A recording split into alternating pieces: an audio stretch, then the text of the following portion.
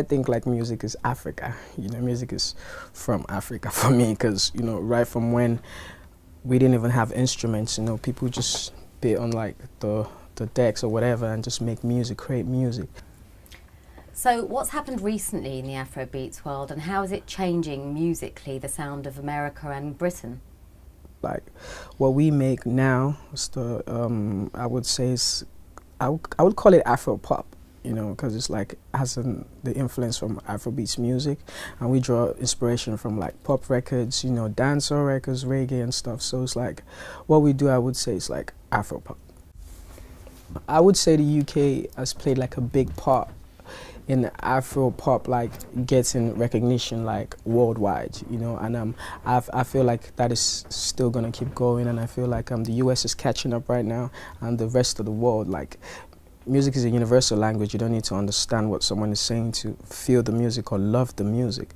So like for me, I feel like it's just gonna really bring this industry mainstream, and it's still gonna do a lot. It's gonna contribute, like probably take over the world, because that's like everyone has a little bit of Afro pop like sound inspired, like Afro beats. Like look at Drake, like on his last album, like look at Alicia Keys, what she's doing right now with the sound income on that record. Like everything is coming back home. So I feel like Africa is really gonna take over the world with the sound. Producers are now like, they draw inspiration from everything global, like music. So now the music is bigger, the mixes are nicer, like there's collaborations between Afro pop artists and like international artists. So I think like that has really helped like the world paying attention. So you're a huge established star already all over the African continent. What was it like for you working with other established stars outside of Africa, like Tiny Temper, Drake, Skepta? Yeah, like you said, I've done this. Like I've been doing this for like 10 years straight, like just by myself, and like with the help of friends and stuff. But still, it's easy for me, like just communicating and just being friends with this guy. Because before I get in the studio, before we make a record, we have to be friends. We have to talk. We have to communicate. It's not like, oh, I have this record, please can you just jump on it? If I don't know you, no disrespect to anyone out there, like if I don't like feel like we can have a connection on a record and it will sound amazing, I won't do it. Skepta is my brother. Skepta has been showing me love from before I even became like Wizkid. He made that record, the Dre Legba remix, happen. Like he played that to Drake and I was like, yo bro, you need to get on this. This is like the hardest record right now. And he did. So, Skepta is like family. Tiny, I met Tiny like when I had my first single back home in Nigeria. So it's like, for me, it's just organic, man. It's nothing forced. Just like big shout out to my friends and everyone showing me support. You were raised by a Pentecostal mother and your father practiced Islam. How did that shape you as a person? I think I would never, I would never change that, because that is something that has helped me in being who I am today.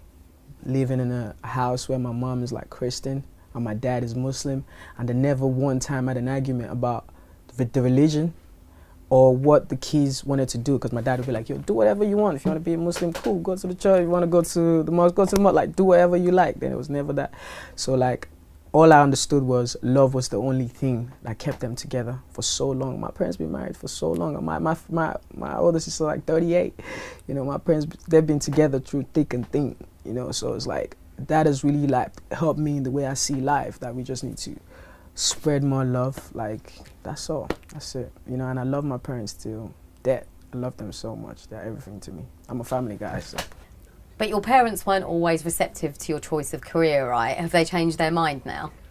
For every parent, of course, like when they see their kid growing up and they think like, oh, you're making a career decision that they're not sure about, like especially coming from Africa, and I was the first kid to ever make, I was the first young artist to ever blow up on the scene. So my parents didn't even believe that there was a chance in that. So I was like, yo, just stay in school, study. We don't want you going to the studios. And my dad used to fight me every time, like, don't go to the studios, stay at home, study, and that.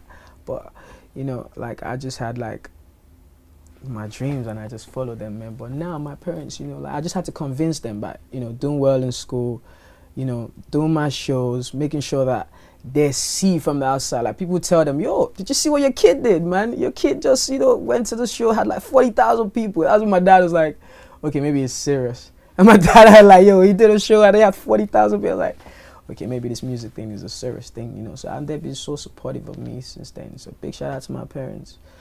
Like I said, I love them too much, man. And you grew up with lots and lots of sisters, female siblings. What was that like?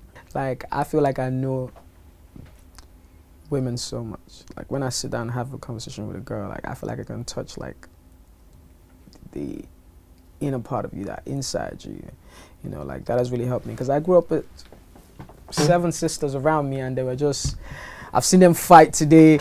I'll never talk to this guy, and tomorrow they're all crazy with the guy enjoying themselves. So it's like, that has really helped me to like understand women and like, you know, women are like special people. I have love for a lot of women. I probably have more female friends than guy friends. I don't even like talking to guys, to be honest. I just like have a whole lot of female friends, you know.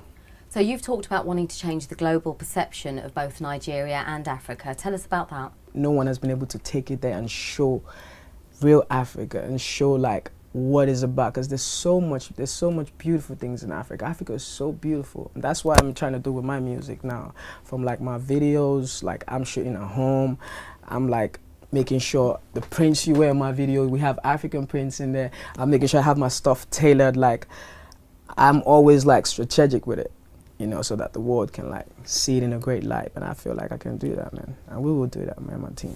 I'm just blessed to be here and just play my part and contribute, you know, to the music the way I know best, or to the best of my abilities, and just take it to where I can, so that the next kids and the next generation can like benefit from this and just take it there, you know. So I'm just playing my part, to be honest. I don't see this as I'm the leader of this new school and nah, I'm just playing my part and making music, you know.